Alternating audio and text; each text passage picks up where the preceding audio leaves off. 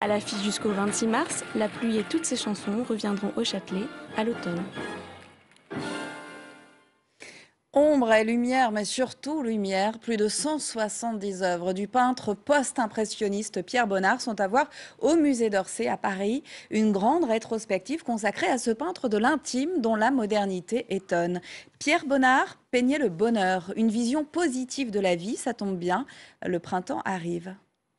Dans ces tableaux, les codes, ce sont la lumière et la couleur.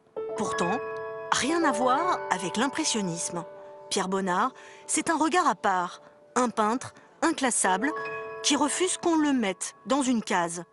Loin des théories et des sujets pompeux, lui, ce qui l'intéresse, c'est la vie de tous les jours, telle qu'il la voit.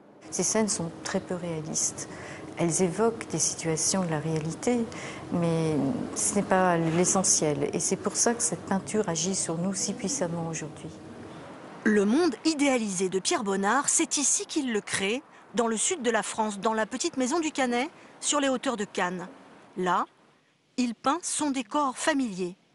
Le salon avec Marthe, sa femme, sa muse, son modèle, ou encore à l'étage, la fameuse salle de bain où trône encore la baignoire culte, ce décor quotidien où il peint Marthe encore et encore. Au fil des années, elle est devenue l'incarnation de sa peinture et il a sublimé le corps de Marthe comme il peut sublimer un paysage. Dans la maison du Canet, Pierre Bonnard hante toujours un peu ces lieux qu'il a peints. Le jardin, sa chambre à coucher ou son atelier, autant d'endroits restés miraculeusement intacts. C'est là que cet homme, qui est quand même l'un des grands peintres du XXe siècle, a peint dans un espace très réduit. Il avait parfois le nez sur ses tableaux et puis il prenait un peu de hauteur sur la mezzanine. Il ne faut pas oublier que c'est lui qui a fait construire cet atelier, qui a fait aménager cet atelier. Donc c'est un endroit particulièrement émouvant. Aujourd'hui, presque 70 ans après la mort du peintre, cette rétrospective arrive à point nommé pour revoir certains tableaux mythiques, comme ces mimosas peints dans l'atelier du Canet. 200 toiles de Bonnard qu'on n'avait jamais vues ensemble et que l'on va pouvoir redécouvrir au musée d'Orsay.